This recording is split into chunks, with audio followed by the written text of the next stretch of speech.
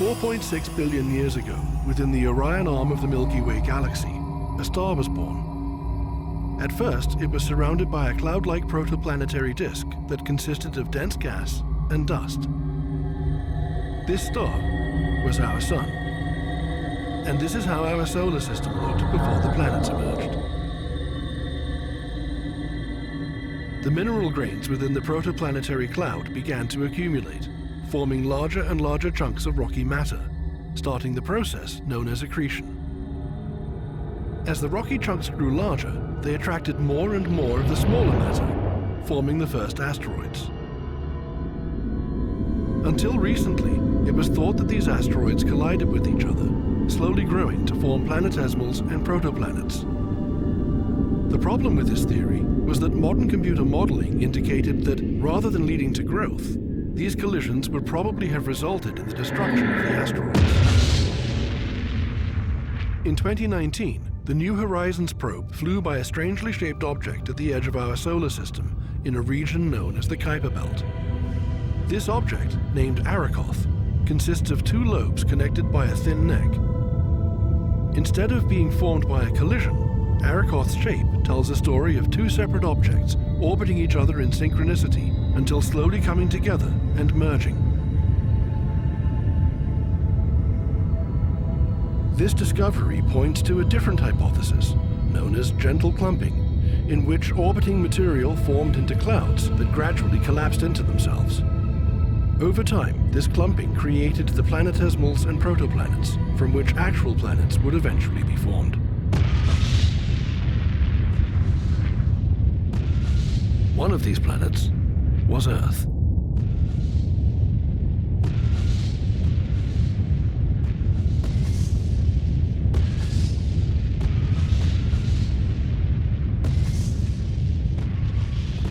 Many astronomers believe that after millions of years of asteroid bombardment, Earth was struck by an object about the size of Mars, in what is known as the giant impact hypothesis, or the Theia impact.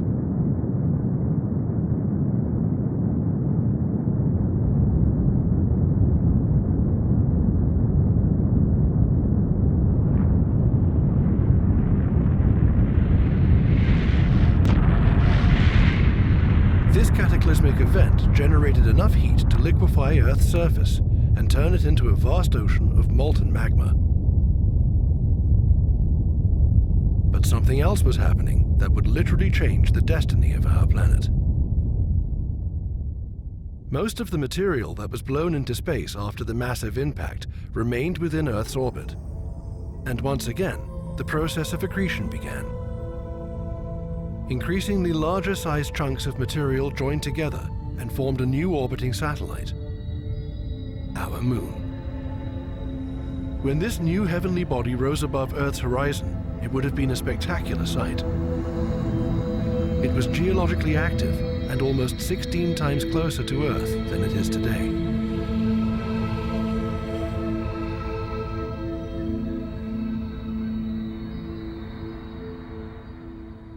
Although the giant impact hypothesis of the moon's formation is perhaps not an obvious model, it is the most widely accepted explanation today. Let's have a look at how scientists came to this extraordinary conclusion, and why they think our heavenly companion was born from a cataclysmic event.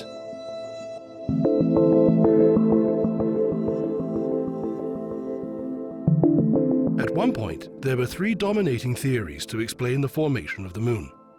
The first one, called fission theory, was proposed by the son of the famous British naturalist Charles Darwin, George Howard Darwin, in 1878.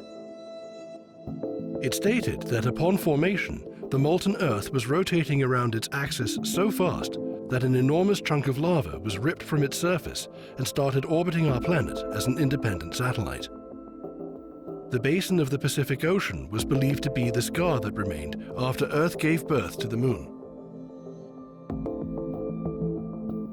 Another explanation for our moon's appearance is called the capture theory.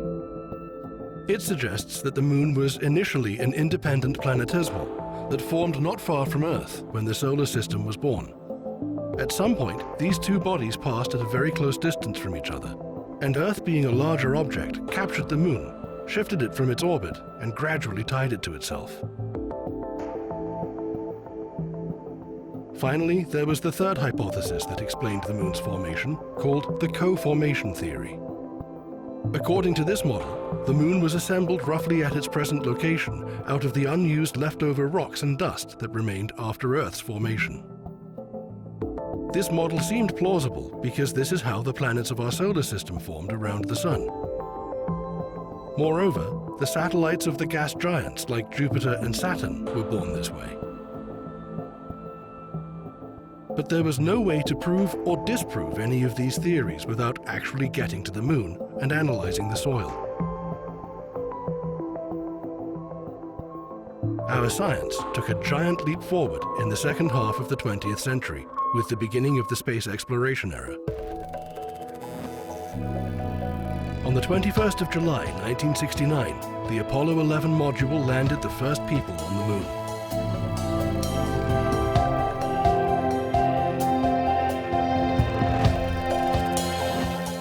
They collected 21.5 kilograms of lunar material and brought it back to Earth 3 days later.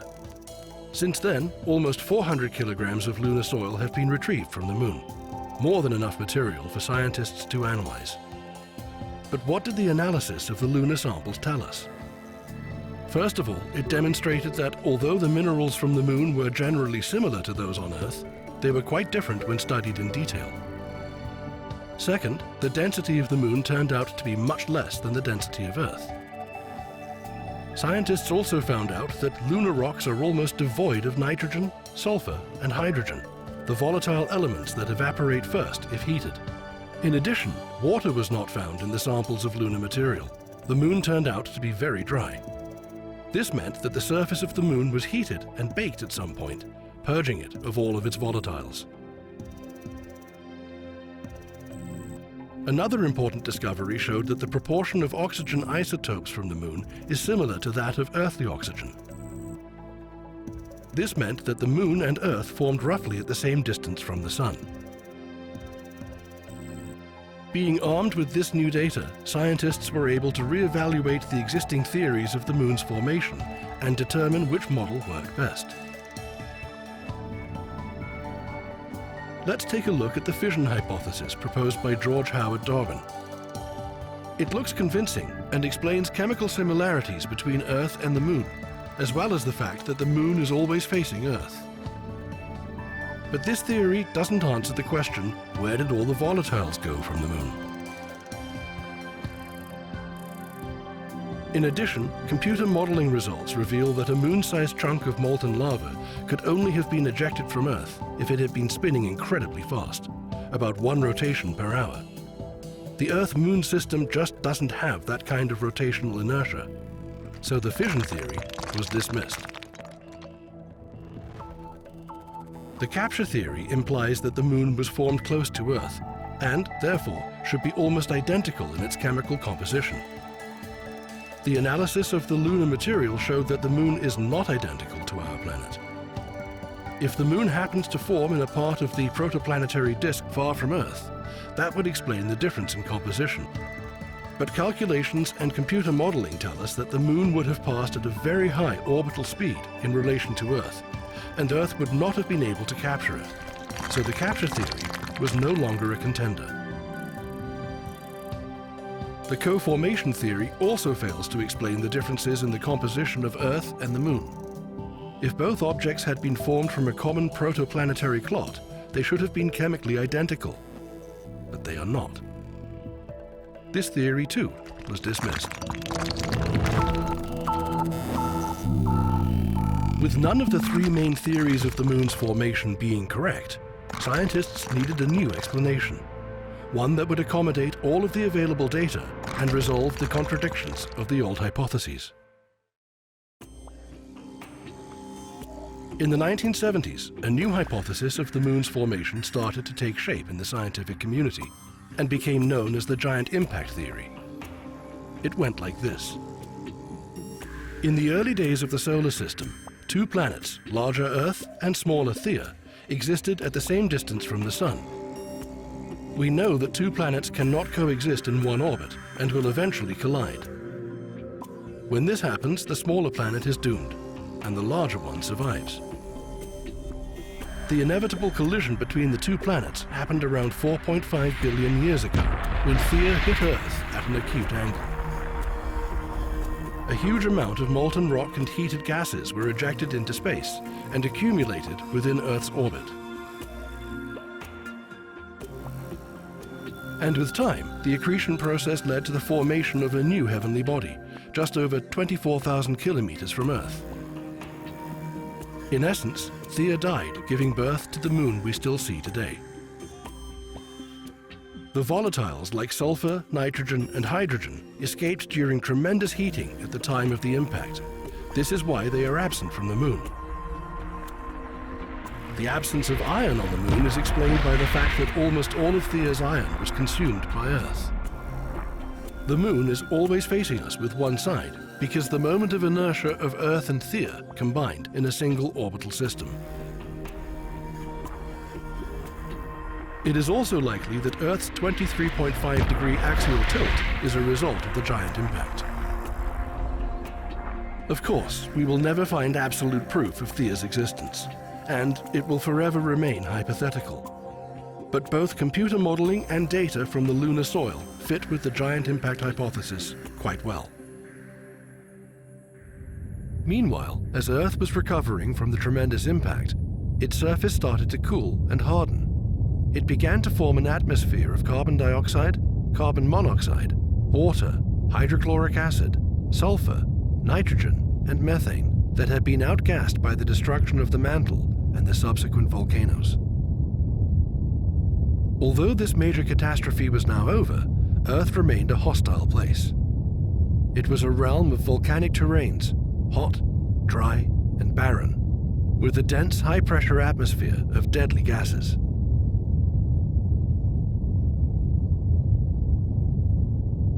This time in Earth's history is aptly called the Hadean Eon, named after Hades, the ancient god of the underworld. It was also a time of intense geological activity, with countless volcanic eruptions.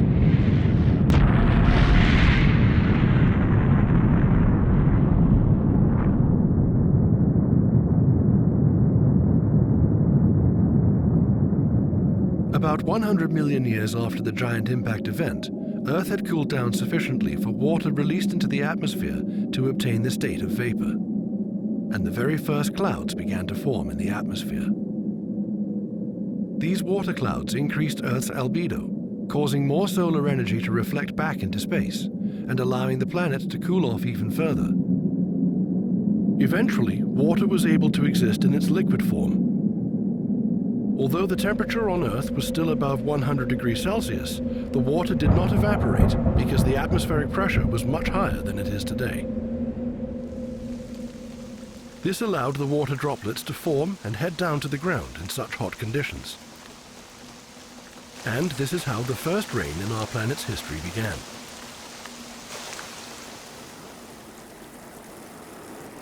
It lasted for thousands of years, gradually covering Earth's surface with water,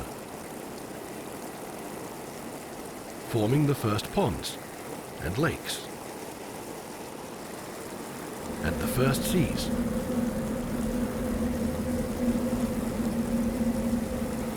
Until the entire planet was covered with water, turning it into an ocean world, enveloped in a reddish methane mist.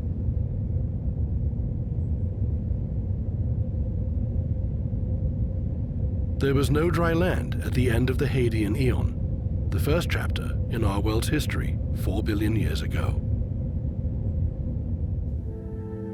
Water is essential to life. It covers 70% of Earth's surface, and it accounts for 60% of the human body. Without it, we simply would not exist. But where did this critical compound come from? For a long time, scientists have understood that even if Earth had contained water upon its formation 4.6 billion years ago, the planet was so hot that it would simply have boiled off. But we also know that there was liquid water on the surface of Earth at least 4.1 billion years ago. So how did it get here? One explanation was that once our planet had cooled off sufficiently to sustain water in liquid form, it was brought here by comets and meteorites. We know that comets consist of ice, which is frozen water. We also have evidence that our planet was bombarded by comets over the course of millions of years. Therefore, the simplest explanation seems to be that ice was delivered here by comets and meteorites, and that when it melted, it filled the ocean basins with water. So, that was the answer. Or was it? In order to verify this hypothesis, scientists endeavored to determine whether the water carried by comets was similar to the water here on Earth. What does that mean? Water is water, and H2O is a universal formula for it. So how could one form of H2O be different from another? It turns out that water is different in different parts of our solar system, and here's how. As we know, hydrogen is part of the water molecule, but sometimes hydrogen receives an additional neutron. When it does, this hydrogen atom is called heavy hydrogen, or deuterium. Our earthly water has a certain proportion of deuterium and hydrogen atoms, known as the DH ratio, which is 1.55 parts per million. As a comparison, the DH ratio of Martian water is 300 parts per million, so we know that it's different from ours. In 1986, when the Giotto probe reached Halley's Comet, scientists measured the DH ratio in its water and compared it to the water here on Earth.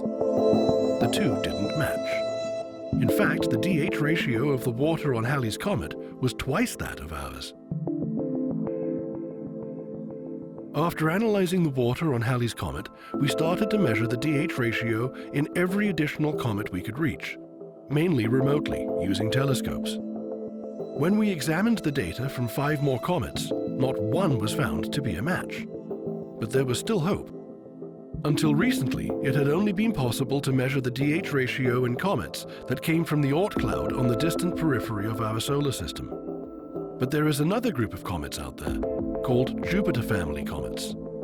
They reside between the Sun and Jupiter and have short orbital periods of 20 years or less.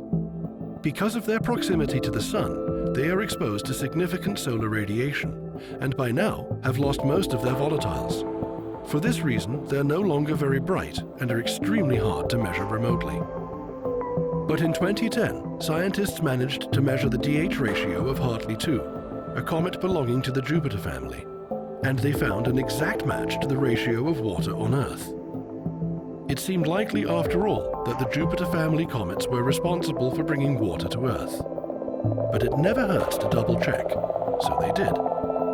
In 2014, the famous Rosetta spacecraft reached the Churyumov-Gerasimenko comet from the Jupiter family and analyzed its water.